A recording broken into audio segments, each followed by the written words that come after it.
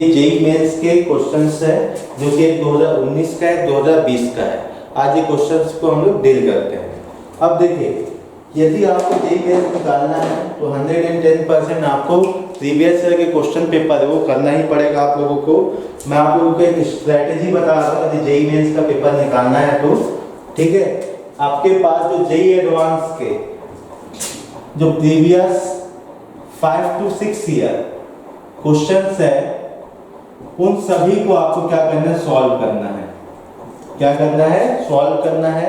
ठीक है, अब जब सॉल्व करने जाओगे तो ये मान के चलिए कि जितने सॉल्व करोगे उसमें से 5 to 6 क्वेश्चन, ठीक है, जेईई एडवांस के आपको रिपीट मिलेंगे। कहाँ पे? जेईई मेंस के एग्जाम्स में। जैसे 2024 में आपके जेईई मेंस में जो क्वेश्चन आएगा उसमें 5 to 6 क्वेश्चन जो प्रीवियस 6 ईयर के जेईई एडवांस के क्वेश्चन है ना, वहां से आएंगे। मान के चलिए डेटा चेंज करके, ठीक है। तो एक चीज ध्यान रखिएगा, आपके पास प्रीवियस ईयर के क्वेश्चन पेपर होने चाहिए, ठीक है। और आपको एक चीज और बता रहा हूं, बिना प्रैक्टिस के आपका एग्जाम निकलेगा नहीं, आपको ही पता है। आपको एक काम करना पड़ा है कि एक बुक है उसको परचेज करिए, ठीक है। अब देखिए बुक का नेम क्या क्या है। सबसे पहले आपको परचेज करना है आर.डी. शर्मा ऑब्जेक्टिव, ठीक, आर.डी. शर्मा ऑब्जेक्टिव। ये आपको परचेज करनी है, दोनों वॉल्यूम, ठीक, वॉल्यूम 1 एंड वॉल्यूम 2, ये दोनों वॉल्यूम, ठीक है। आर.डी. शर्मा बस नहीं, आर.डी. शर्मा ऑब्जेक्टिव जो कि जेईई मेंस और एडवांस के लिए। सेकेंडली, कोई हिंदी मीडियम का बच्चा है तो वो परचेज करेगा अरिहंत, ठीक है। क्या परचेज करेगा? अरिहंत जेईई में, ठीक। थर्ड, कोई बच्चा एडवांस में तैयारी कर रहा होगा, एडवांस जाना है तो एक काम करना, आप सिंगेज की बुक, ठीक है, किसकी बुक? सिंगेज की बुक परचेज करना। ये थोड़ी सी कॉस्टली है बट बहुत इंपॉर्टेंट रोल प्ले करेगा जेईई एडवांस क्वालिफिकेशन के लिए, ठीक है। ये आप परचेज करिएगा। एटलीस्ट आपके पास आर.डी. शर्मा होना चाहिए दोनों वॉल्यूम, ठीक है। अब आर.डी. शर्मा का खासियत ये है कि इसमें इतने सारे क्वेश्चन है और पैटर्न है कि बस आपको डेटा चेंज करेगा, जेईई एडवांस में फिर जेईई मेंस में आपको क्वेश्चन मिल जाएगा, ठीक है। आपके पास जो वर्डिंग है ना क्वेश्चन के एग्जैक्ट सेम मिलेगा जो इस बुक में होगा।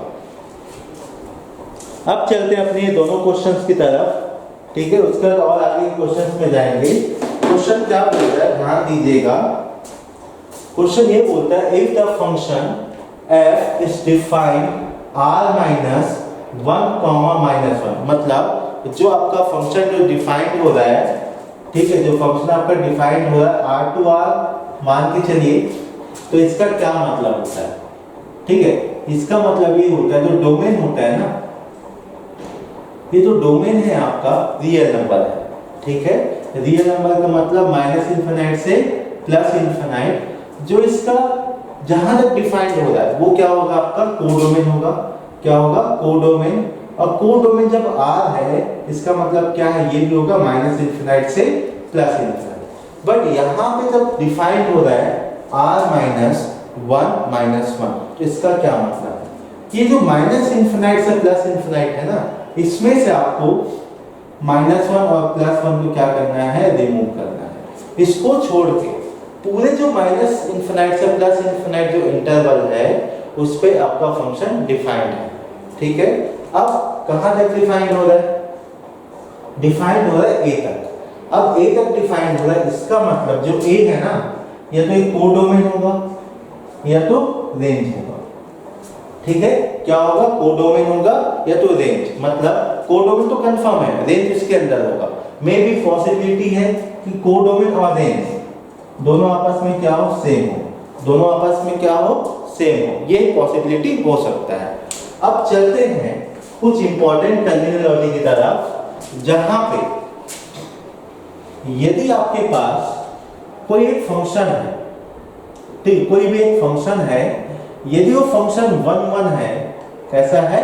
1 है। याद करिए, आपको बताया था ना 1 कैसे चेक करते हैं। एक हॉरिजॉन्टल लाइन टेस्ट होता है, यदि पॉइंट ऑफ इंटरसेक्शन 1 है मतलब 1 होगा, ठीक है। अब रही बात, ठीक है, कि यहां पर अपन जब बात करते हैं ओके,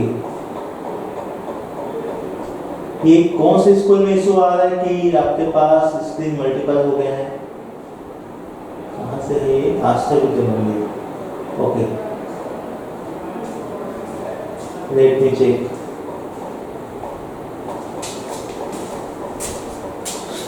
एक मिनट होल्ड कीजिए।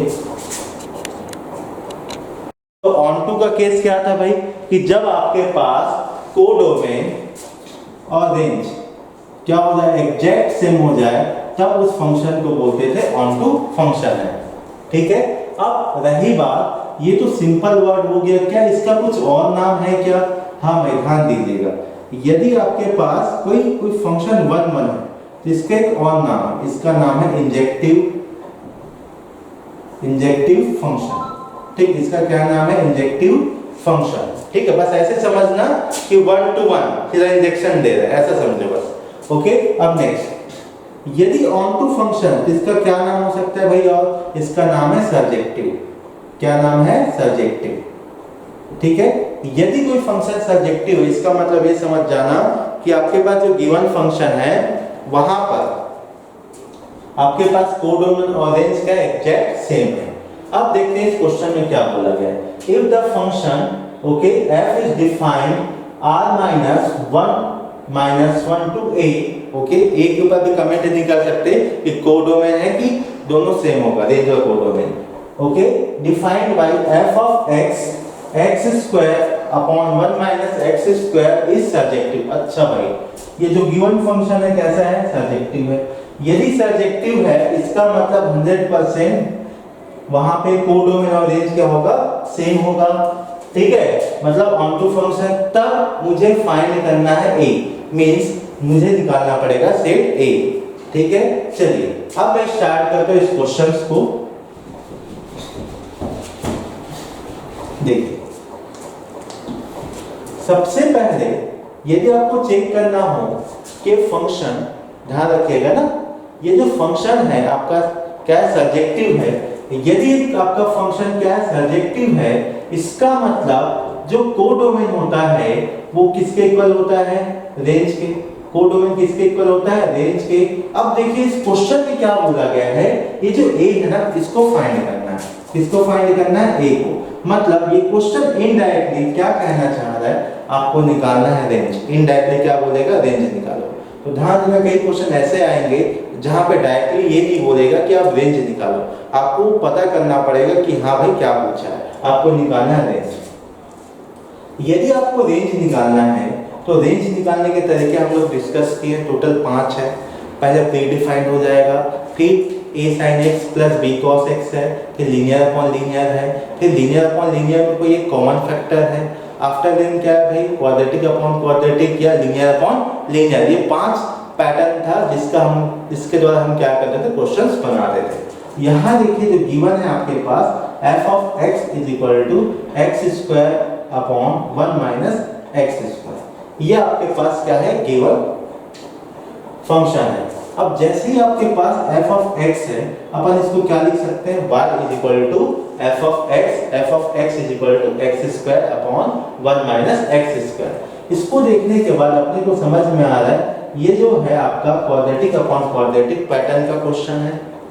जैसे ये मिलेगा अपने को क्या काम करना है भाई? अपने को सॉल्व करना है, जैसे लीनियर अपॉन लीनियर में सॉल्व किए थे वैसे ही करेंगे। क्या करेंगे? क्रॉस मल्टीप्लिकेशन करेंगे।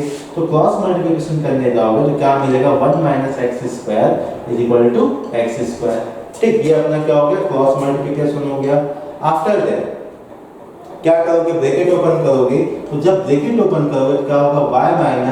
y - x square. ठीक है, अब इसको एक काम करो, इधर ही लेके आ जाओ, तो -x square is equal to क्या हो गया? 0 हो गया। अब आपको क्या करना है भाई? स्टेप नंबर 1 कर देना। स्टेप नंबर 1 क्या था? स्टेप नंबर 1 था right x is equal to f of y। हमको इस पैटर्न पे लिखना था। ठीक है, तो यहाँ से देखिए आपके पास कॉमन क्या है? यहाँ पे -x स्क्वायर क्या है? कॉमन है। ठीक है, अंदर क्या बचेगा आपके पास? y - 1 इज इक्वल टू 0, ये बच गया। अब एक काम करिएगा, मुझे तो x की वैल्यू चाहिए। ठीक है, जब x की वैल्यू चाहिए तो एक काम करेंगे, बाकी को भगा दो। जैसे ही भगाओगे आपको क्या मिलेगा, minus x square y minus one is equal to minus one. अच्छा है, प्लस होगा, ठीक। ओके, नेक्स्ट मुझे वैल्यू चाहिए एक्स का, एक काम करते बाकी को भगाओ तो क्या मिलेगा, माइनस माइनस प्लस हो गया तो y upon y plus one, ये हो गया आपके पास एक्स स्क्वायर की वैल्यू। बट प्रॉब्लम क्या है, मुझे चाहिए ओनली x की वैल्यू।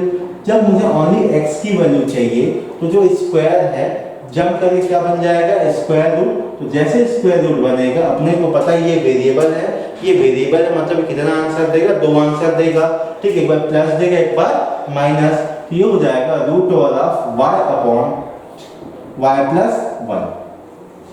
ये हो गया आपके पास स्टेप नंबर वन कंप्लीट। अब स्टेप नंबर वन कंप्लीट होने के बाद स्टेप नंबर टू क्या बोलता है, स्टेप नंबर टू ये कहता है कि भाई आपको एक काम करना पड़ेगा कि जो भी आपके पास डेटा आया है उसका क्या निकालिए, डोमेन निकालिए। x is equal to f of y है, इसमें क्या फाइंड करना आपको, डोमेन।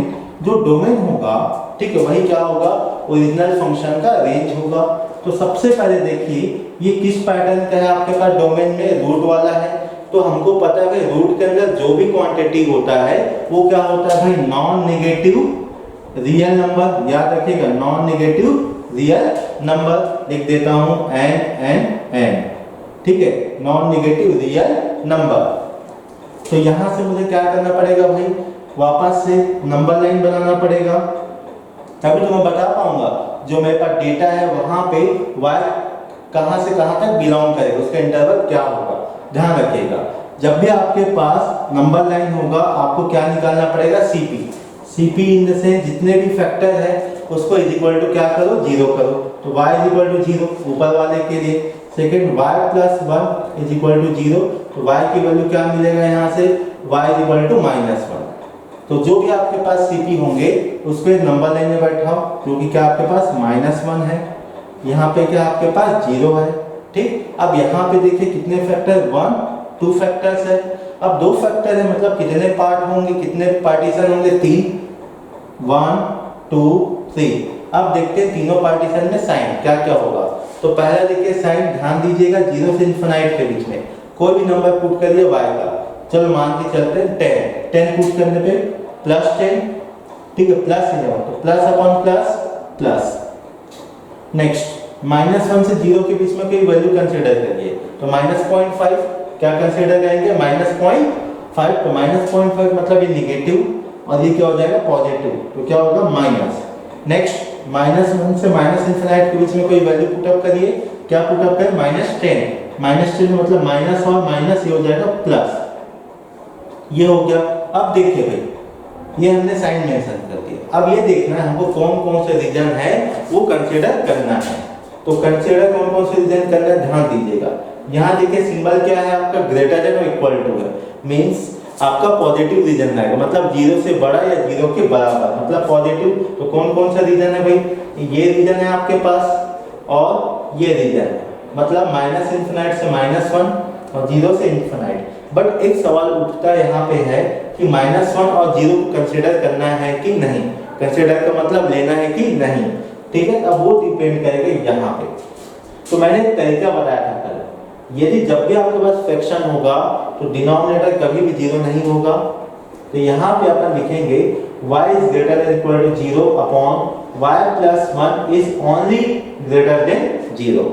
जहाँ पे ओनली ग्रेटर देन जीरो होता है वहां पे लगता है हॉलो, तो यहाँ लग जाएगा हॉलो, ओके, मतलब उसको कंसीडर नहीं करना है। और यहाँ देखिए जहाँ पे बोथ है hollow plus sorry greater than और इक्वल टू दोनों, मतलब यहाँ लगेगा डार्क, क्या लगेगा डार्क, यहाँ लगेगा डार्क, यहाँ लगेगा हॉलो, लिख देता हूँ, ओके। तब यहाँ पे देखिए जो y है आपका वो बिलोंग्स करेगा minus infinite to minus one, okay, hollow इसलिए ओपन यूनियन, ठीक है, क्या हो जाएगा आपके पास zero to infinite, zero to infinite, ये अपना आंसर है, ये क्या अपना आंसर है। अब एक काम करते हैं, जो आंसर आए उसको चेक करते हैं कि अपने ऑप्शन में है कि नहीं। अच्छा, ऑप्शन तो आर के फॉर्म में है, ऑप्शन तो किसके फॉर्म में है, आर के फॉर्म में है। आप एक काम करिए, नोट करिए फटाक से। अच्छा स्पेस यहाँ कर देता हूँ, देखते चलिएगा, 1 मिनट होल्ड करिएगा।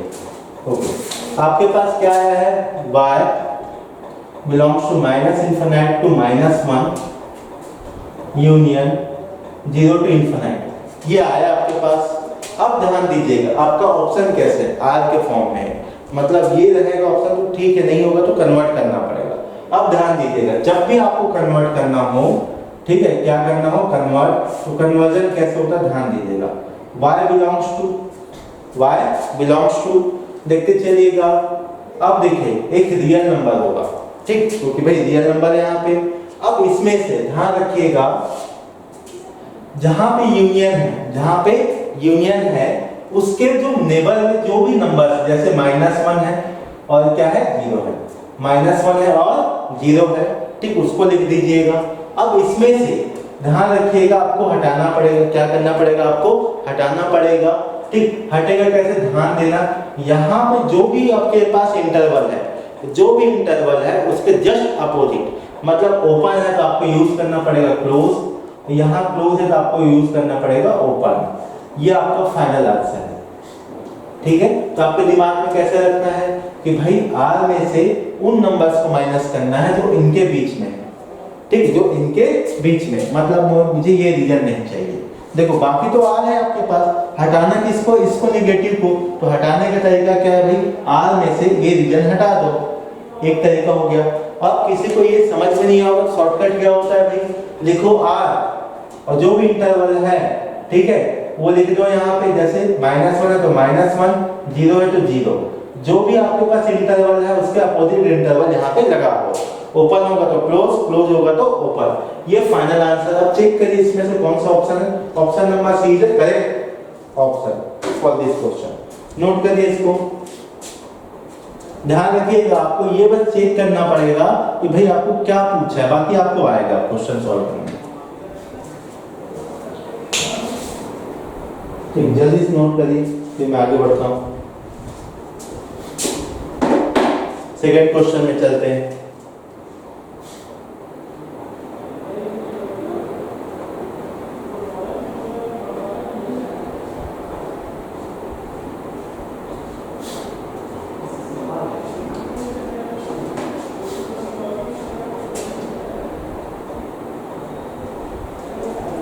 हो गया, चलिए अब कुछ इंपॉर्टेंट चीज है जिसके ऊपर आपको बात करनी पड़ेगी, ठीक है। आई थिंक आप लोगों ने उसको क्लास 11th में पढ़ा होगा। क्लास 11th में आपने एक चैप्टर पढ़ा है हाइपरबोला, ठीक है, कोनिक सेक्शन का एक पार्ट है, ठीक है, एक यूनिट है कोनिक सेक्शन, उसका एक चैप्टर है हाइपरबोला, ठीक है। आई थिंक ये पढ़े होगा आप लोग हाइपरबोला, ठीक। अब देखिए इसमें एक पार्ट आता है हाइपरबोला में भी, ठीक है, उसमें एक आता है रेक्टेंगुलर हाइपरबोला, ये बहुत इंपॉर्टेंट है, ठीक है, रेक्टेंगुलर हाइपरबोला। ये इतना इंपॉर्टेंट है बेटा कि इसका क्वेश्चन आपको कहीं ना कहीं मिल जाएगा, जेईई मेंस में या तो जेईई एडवांस में, ठीक है। अब मैं आपको, ठीक, इसका इक्वेशन डिराइव करके तो नहीं बताऊंगा, बस उसका इक्वेशन क्या होता है ये देखो, x माइनस h y माइनस k is equal to c square, एक ये होता है, और x माइनस h into y minus k is equal to minus c square. ये आपके पास दो इक्वेशंस होते हैं। अब यहाँ आपके दिमाग में आएगा सर h k c क्या है, ठीक है। अब देखिए यहाँ पे आपके पास जो h है एंड k है, h एंड k है, ये वर्टेक्स है, इसका रेक्टेंगुलर हाइपरबोला का वर्टेक्स, h एंड k क्या है, वर्टेक्स है। और जो c है ये कांस्टेंट है, क्या है, कांस्टेंट, बस दिमाग में रखिएगा, ठीक है। अब ध्यान रखिएगा, तो भाई इसका कुछ ग्राफ भी बन सकता है, तो ध्यान रखना ये आपके पास पहला है, ये आपके पास दूसरा है। यदि मैं फर्स्ट का ग्राफ बनाता हूँ, इसका फर्स्ट का, तो जो फर्स्ट का जब ग्राफ बनाने जाओगे, ये हो गया x एक्सिस, ये हो गया y एक्सिस, ठीक। तो ध्यान रखिएगा यदि कांस्टेंट के सामने प्लस है कांस्टेंट के सामने प्लस है, तो आपका जो ग्राफ होगा वो होगा फर्स्ट एंड थर्ड में, फर्स्ट एंड थर्ड में वो इस तरीके से दिखाई देगा। ठीक है, अब इसको डिराइव करके नहीं बताऊंगा, ठीक है। आगे या प्लॉट करते हैं। नेक्स्ट, यदि आपके पास सामने में माइनस है कांस्टेंट के, तो यहाँ पे ये बनेगा सेकंड में और बनेगा थर्ड में, सॉरी थर्ड बोलता हूँ, फोर्थ में, सेकंड और फोर्थ में। अब देखिए, अब इसको बर्बाद करते हैं। ये हो गया सेकंड, ये हो गया फोर्थ। ठीक है, ध्यान रखिएगा ये जो ग्राफ है बहुत हेल्पफुल रहेगा आपको क्वेश्चन बनाने में। खूब सारे क्वेश्चन आएंगे इसी पैटर्न के, ठीक है। या आप ऐसे भी बोल सकते हो, यदि आपको लीनियर अपॉन लीनियर जो पैटर्न है क्वेश्चन का, यदि उसका ग्राफ बनाना हो ना, उसका ग्राफ ये मान के चलिएगा जो लीनियर अपॉन लीनियर है, इसका ग्राफ आपका मिलेगा रेक्टेंगुलर हाइपरबोला के फॉर्म में। लीनियर अपॉन लीनियर का जो ग्राफ मिलता है वो रेक्टेंगुलर हाइपरबोला के फॉर्म में मिलेगा। अब रेक्टेंगुलर हाइपरबोला का जो, ठीक है, ग्राफ होगा कैसे बनेगा ध्यान दीजिएगा। फर्स्ट और थर्ड में कब होगा, जब आपके पास कांस्टेंट जो है पॉजिटिव होगा। सेकंड और फोर्थ में कब बनेगा, जब सी के सामने का जो साइन है वो क्या होगा, नेगेटिव होगा। अब इसके ऊपर थोड़ा सा बात भी करना हो तो क्या क्या होगा ध्यान देना। ये जो आपके पास रेक्टेंगुलर हाइपरबोला है ना, ये आपका 1 1 है। कैसा फंक्शन है, 1 1 फंक्शन है। अब बोलोगे सर 1 1 कैसे हुआ, अगेन 1 सेकंड क्या करोगे, लाइन खींचोगे, ठीक है, कहीं भी लाइन खींचो, कहीं भी लाइन खींचोगे आपको पॉइंट ऑफ इंटरसेक्शन क्या मिलेगा, एक ही मिलेगा। पॉइंट ऑफ इंटरसेक्शन क्या मिलेगा, एक ही मिलेगा, ठीक है। अब और क्या बात करेंगे कि भाई ये आपके पास कंटीन्यूअस है, ठीक है, क्या है, कंटीन्यूअस है। For all value of x belongs to r minus, ध्यान रखिएगा ये 0 पे डिसकंटीन्यूअस है क्योंकि 0 पे तो आगे टच नहीं करने वाला है, ठीक है। सेम ये क्या होगा आपका, डिफरेंशिएबल होगा, ठीक है। For all value of x belongs to r minus 0 पे। अब आगे क्या बात करोगे, और बात करोगे कि भाई ये जो रेक्टेंगुलर हाइपरबोला है, ठीक, इवन है कि ऑड है। अगेन ग्राफ को आप बनाइए, ग्राफ जैसे ही बनेगा आपको ये दिखेगा सिमेट्रिसिटी अबाउट ओरिजिन, तो ये हो जाएगा आपके पास ऑड फंक्शन। क्या हो जाएगा, ऑड फंक्शन। फिर अपने को ये समझ में आएगा ये एपीरियोडिक है,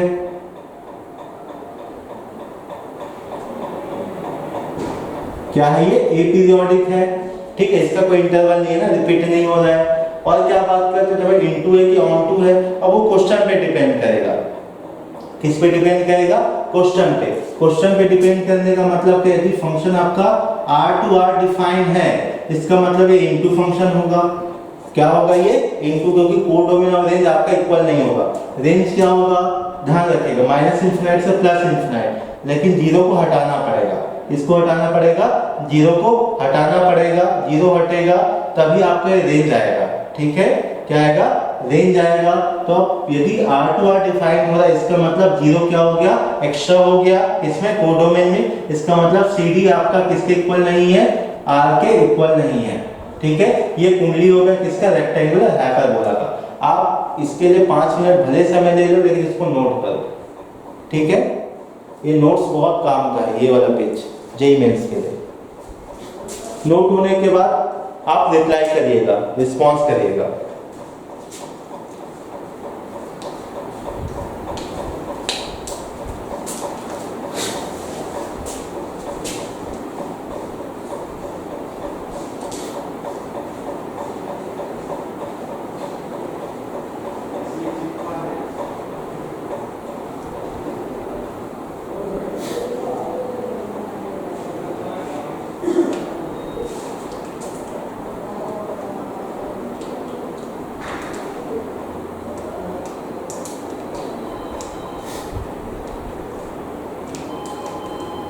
हो गया नोट,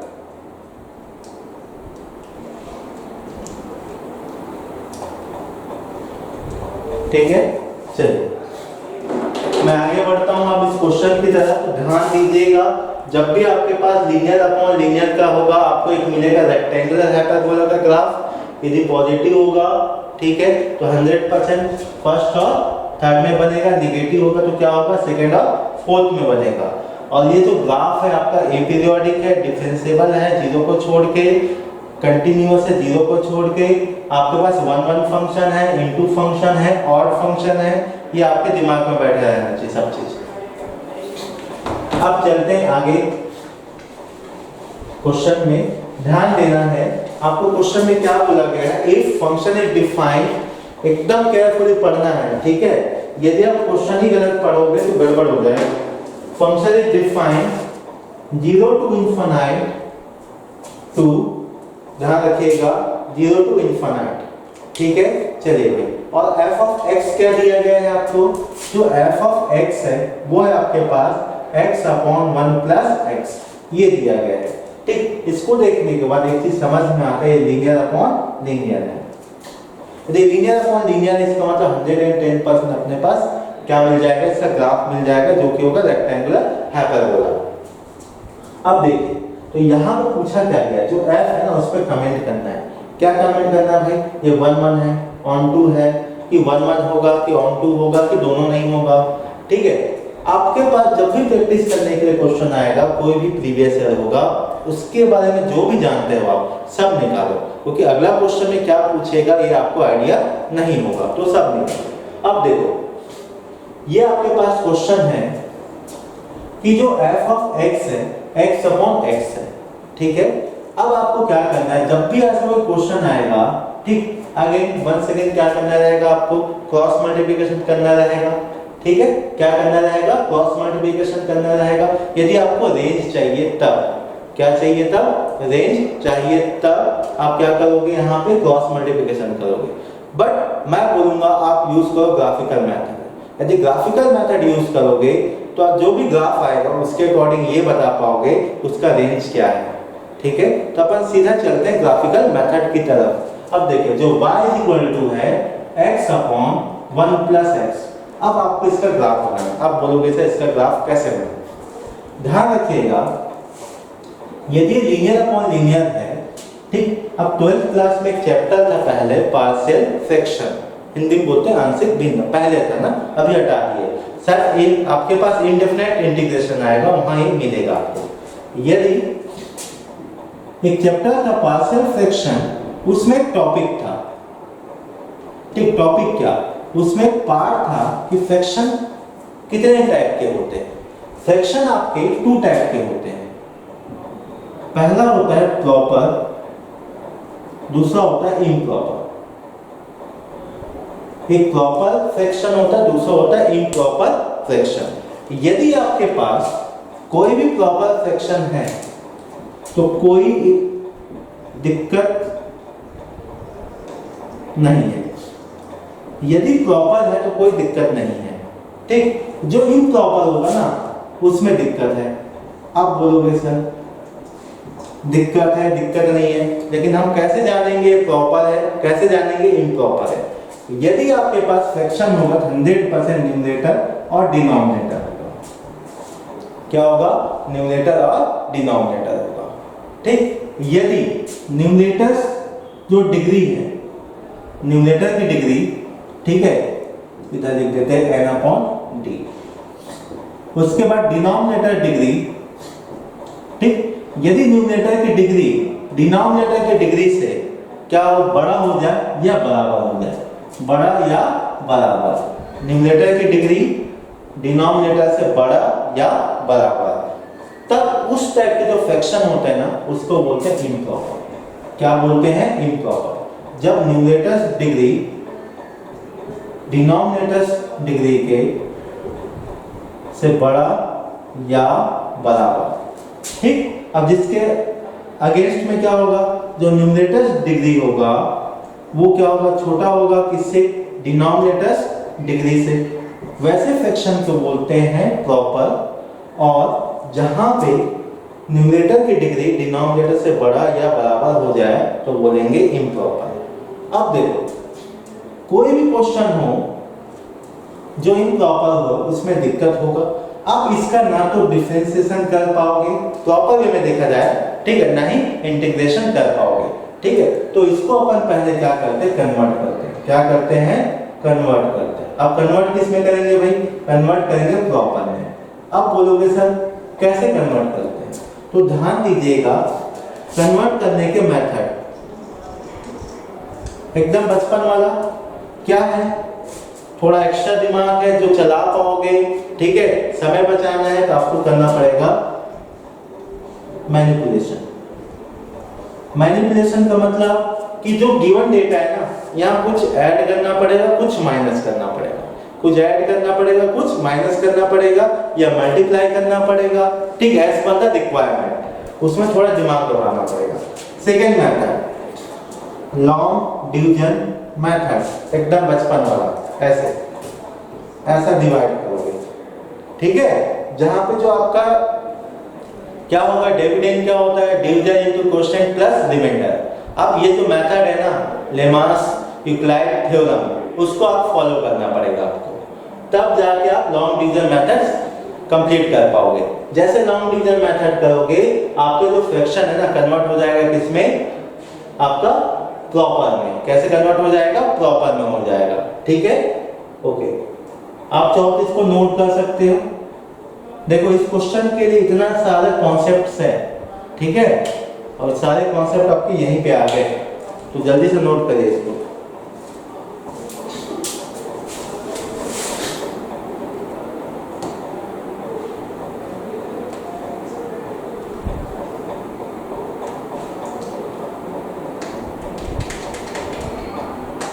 ओके, नोट हो गया।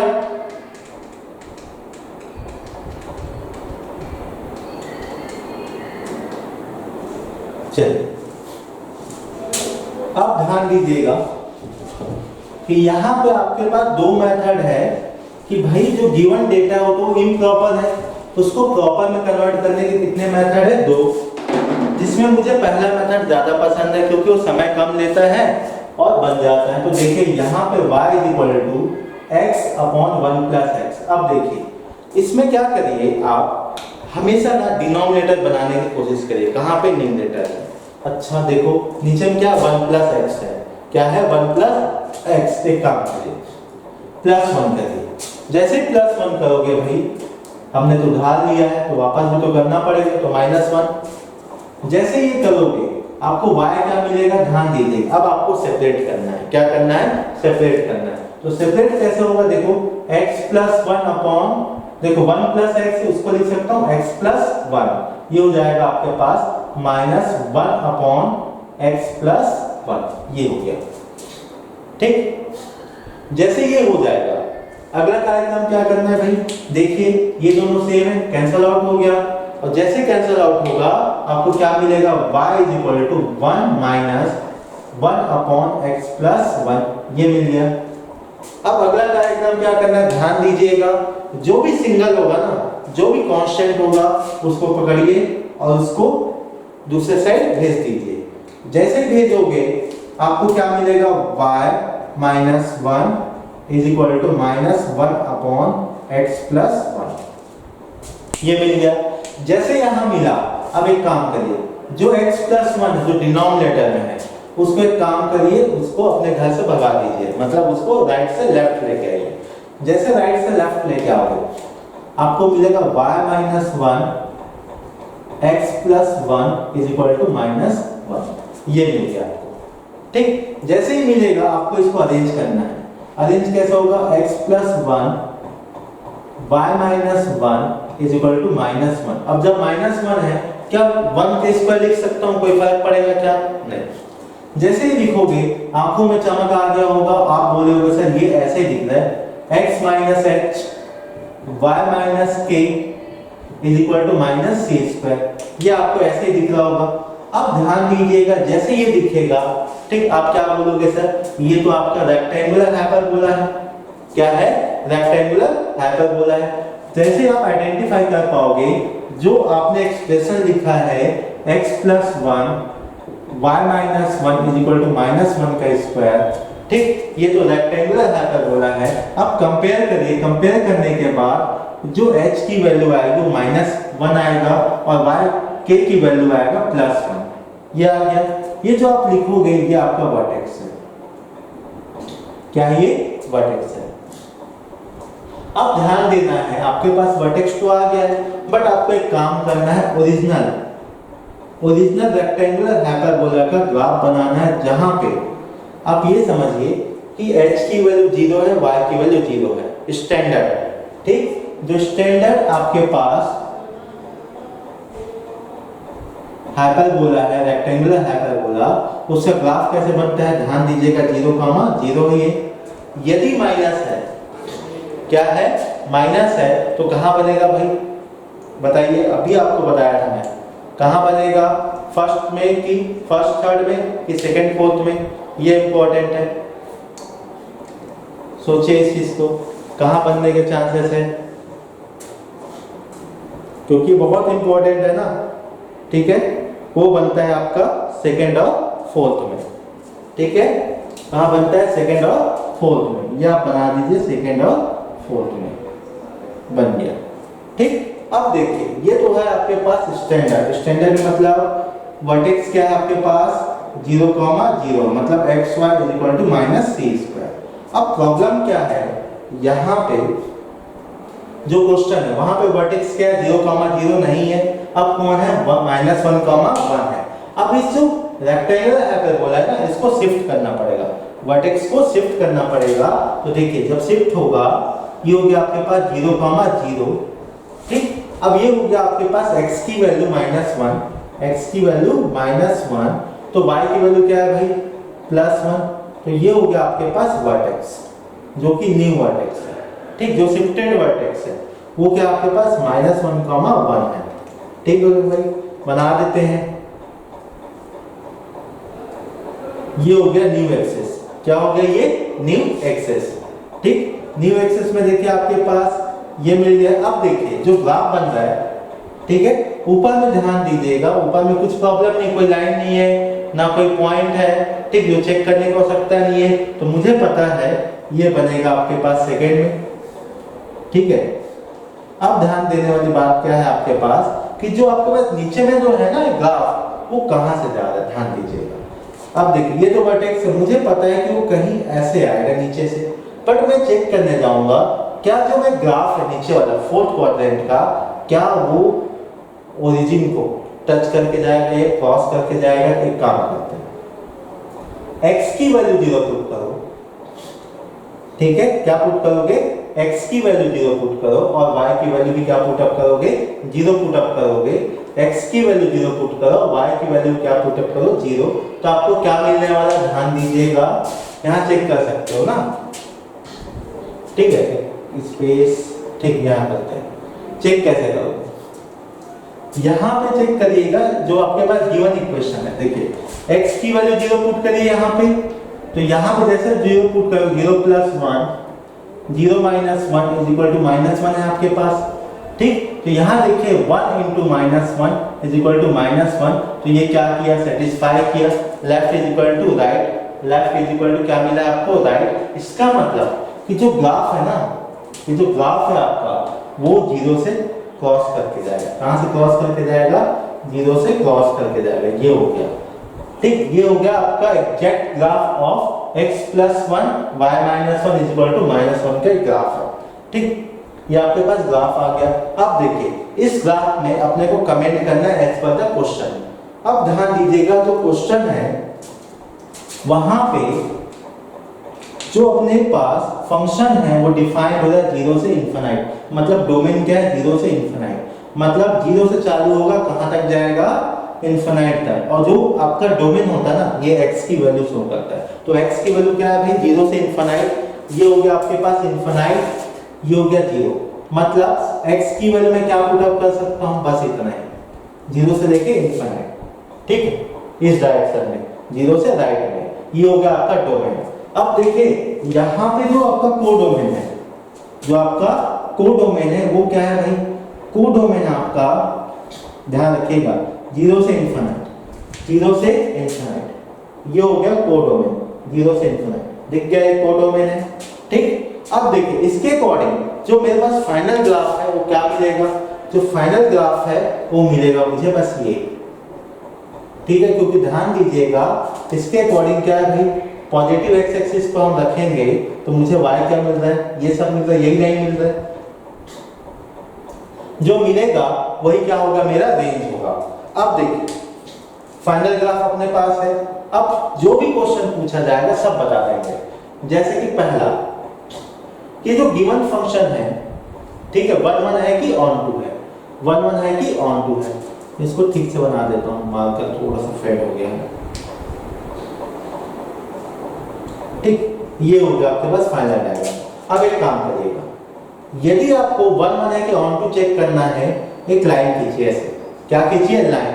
देखिए पॉइंट ऑफ इंटरसेक्शन कितना है, 1। यदि पॉइंट ऑफ इंटरसेक्शन 1 है, इसका मतलब ये कौन सा है, 1 1 है। कौन सा, ये 1 1 है, ये 1 1 हो गया पहला। दूसरा, अब देखिए कोडोमेन क्या है भाई, माइनस इंफिनाइट, कहां जा रहा है, 0 से इंफिनाइट। कहां जा रहा है, 0 से इंफिनाइट। और आपका रेंज क्या है, 0 से 1। रेंज लिख देता हूं यहां पे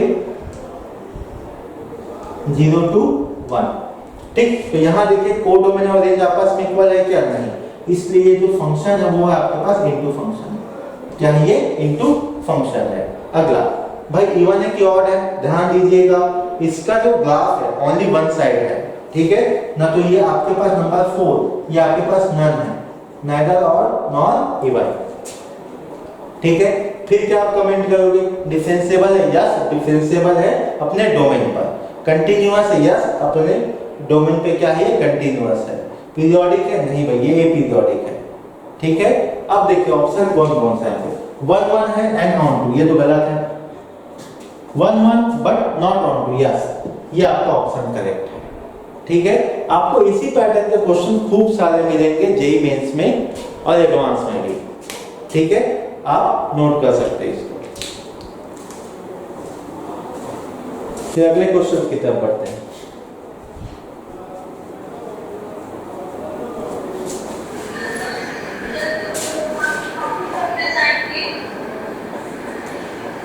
क्या हो गया बेटा,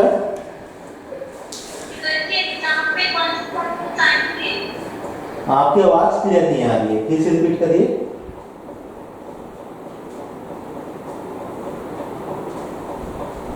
हाँ बेटा आप कमेंट करिए, इसको सीधा टाइप करिए जो आप कहना चाह रहे हैं।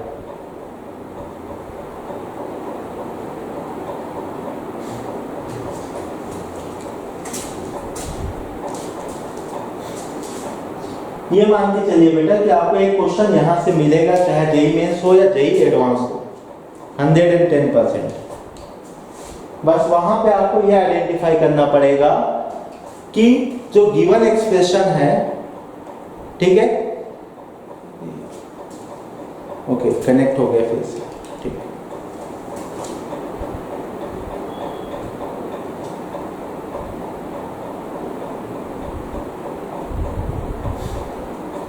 चलिए अब आगे बढ़ते हैं।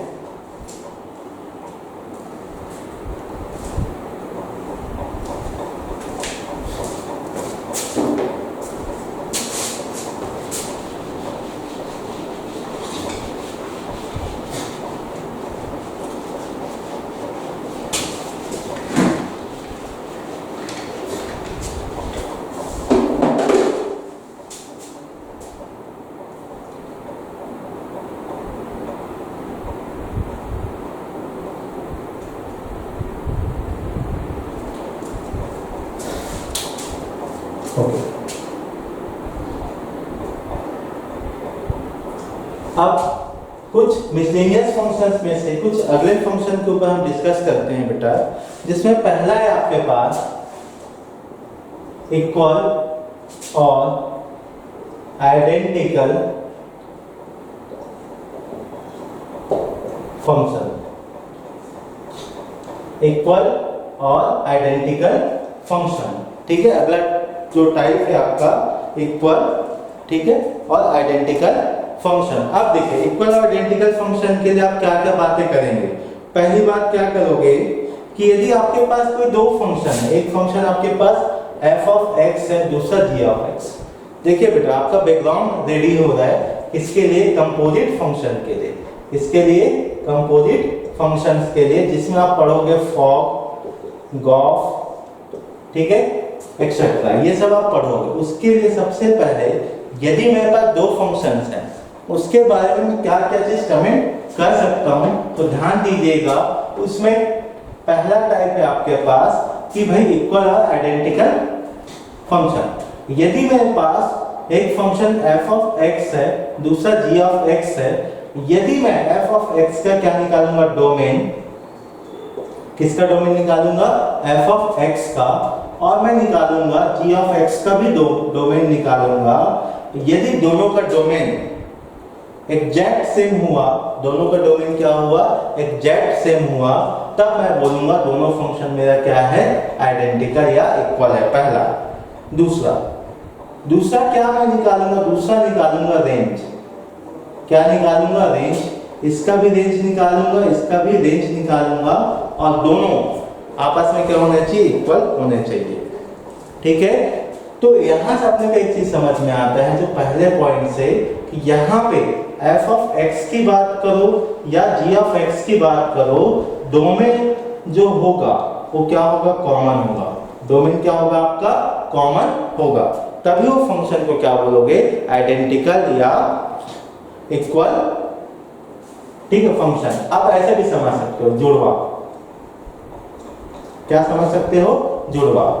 ठीक है, जुड़वा का मतलब एकदम हूबहू सेम होना चाहिए, कहीं बदलाव नहीं आएगा। ठीक है, जैसे कि आपके पास नॉर्मल से एक फंक्शन ले रहा हूं, f of x is equal to x square upon x and g of x is equal to x, ये मैं आपसे पूछूंगा।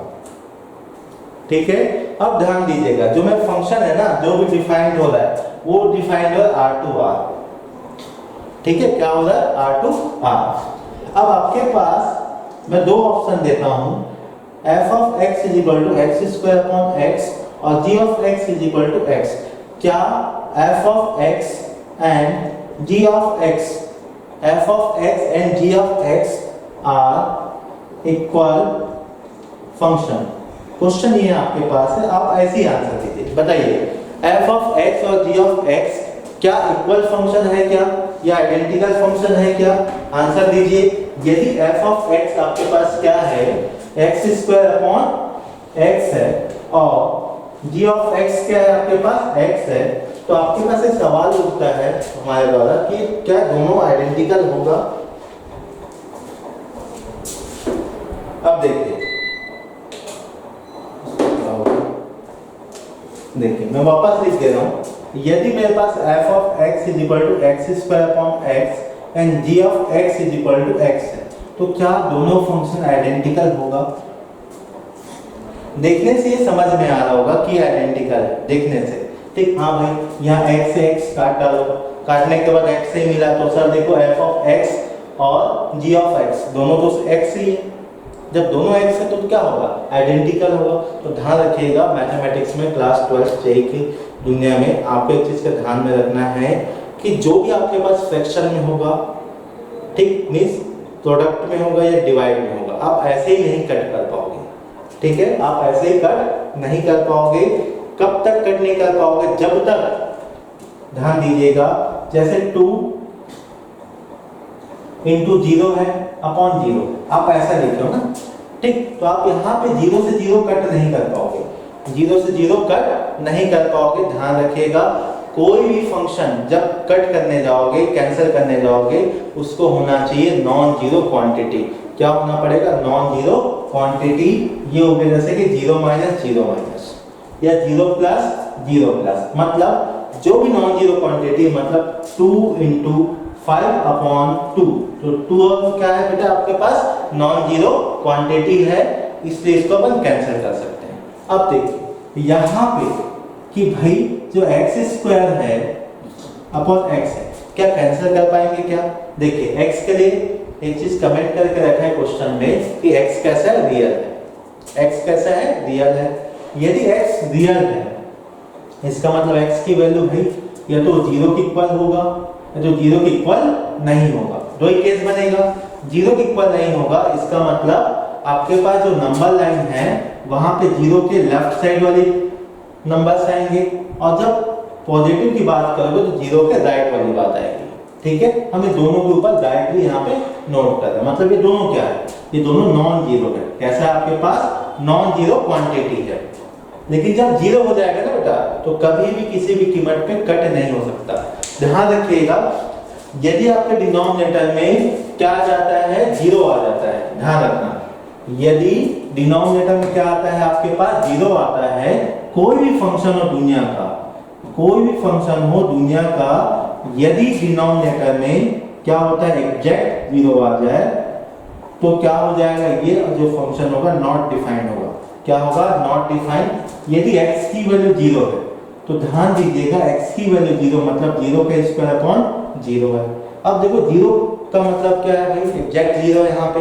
जब एग्जैक्ट जीरो है, इसका मतलब नीचे क्या है, डिनोमिनेटर में जीरो है, और जैसे डिनोमिनेटर में जीरो होगा, आपका फंक्शन क्या हो जाएगा, नॉट डिफाइंड। क्या हो जाएगा, नॉट डिफाइंड। यदि x की वैल्यू जीरो नहीं है, x की वैल्यू जीरो नहीं है, इसका मतलब भाई क्या होगा, नॉन जीरो क्वांटिटी है। यदि नॉन जीरो क्वांटिटी है, तो आप क्या कर सकते हो, कैंसिल कर सकते हो। तो कैंसिल करने के बाद क्या मिलेगा, x। ठीक, अब ध्यान देना, अब मेरे पास जो भी फंक्शन था f of x is equal to x square upon x, इसका ग्राफ बनाने जाएंगे तो ध्यान देना, दो ग्राफ्स बनेंगे यहाँ पे। पहला y is equal to x, पहला क्या बनेगा, y is equal to x। तो y is equal to x का ग्राफ कैसे बनेगा भाई, तो y इज इक्वल टू जो x है ना, उसका ग्राफ आपको ऐसे ही मिलेगा। ठीक, तो y is equal to x square upon x का ग्राफ है। बट प्रॉब्लम क्या है, ध्यान दीजिएगा, ये y is equal to x का ग्राफ था, यहाँ लिख देता हूँ। आपको बनाना क्या था, y is equal to x square upon x का। तो एक बात ध्यान दीजिएगा, जब जीरो है ना, तो वहां पे आपका फंक्शन क्या है, नॉट डिफाइंड है। जीरो पे आपका फंक्शन क्या है, नॉट डिफाइंड है। ये जीरो पे फंक्शन नॉट डिफाइंड है, तो वहां क्या करोगे, स्किप करोगे। क्या करोगे, आप स्किप करोगे।